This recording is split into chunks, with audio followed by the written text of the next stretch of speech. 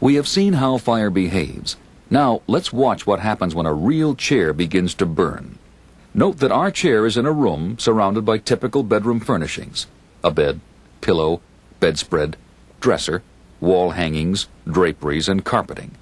Although this room has been constructed in a test facility, all its contents were purchased at consumer outlets. Their response to fire is similar to the furnishings in your home. An electric coil, acting like a carelessly dropped cigarette, is heating this upholstered cushion, causing smoldering. Smoldering is slow combustion, taking place on the fuel surface. Smoke is present without flame. Smoldering can sometimes go on for hours before developing into flaming combustion. Although smoke develops slowly in this phase, given enough time it can fill a structure and kill occupants before any significant flaming is present. The fire is now progressing into the flame-producing stage. Flaming combustion can only occur when the necessary quantities of heat, fuel, and oxygen are present.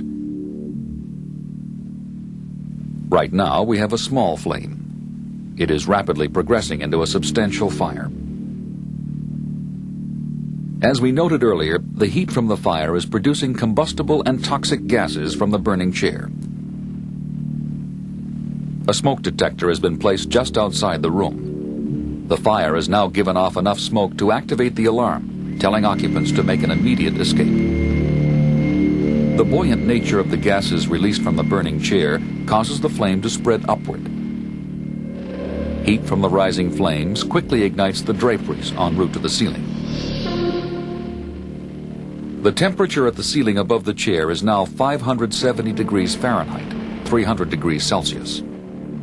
If a residential sprinkler had been placed 8 feet diagonally from the corner, it would now activate, sounding an alarm and discharging water. Fire damage would be confined to the chair and curtains. The buildup of smoke and its toxic gases has now thickened into a hot, dense cloud in only 70 seconds since the first appearance of flame. This mushrooming cloud of hot, thick smoke and gas begins to act like a space heater, radiating heat downward. The paint and wall finishes, the furniture, paper, fabric, wood, and plastics in the room are beginning to decompose from the blistering heat. And as they decompose, they contribute to the buildup of toxic and flammable gases. The smoke level continues to descend and is now 4 feet above the floor. The temperature at the floor has reached 212 degrees Fahrenheit, the boiling point of water. The huge quantities of smoke have now almost filled the room. The flow of hot air and radiant heat from the layer of smoke have combined to raise the temperature of everything in the room. The carpeting and other furnishings are now so hot that they are ready to burst into flame. And then, flashover. Every flammable object in the room has almost instantaneously ignited. The combustible gases from the decomposing furniture are being consumed by fire. The room itself is an inferno. From a tiny flame on a chair to a room totally involved in fire took only 2 minutes. Carbon monoxide and other toxic fumes are now being generated in tremendous quantities. The temperature inside the room is 1,400 degrees Fahrenheit, 760 degrees Celsius.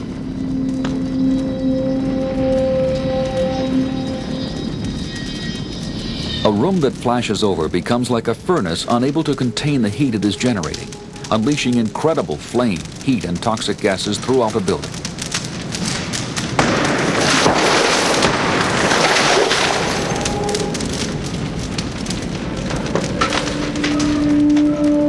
You are among the few who have seen this phenomenon and lived to tell about it.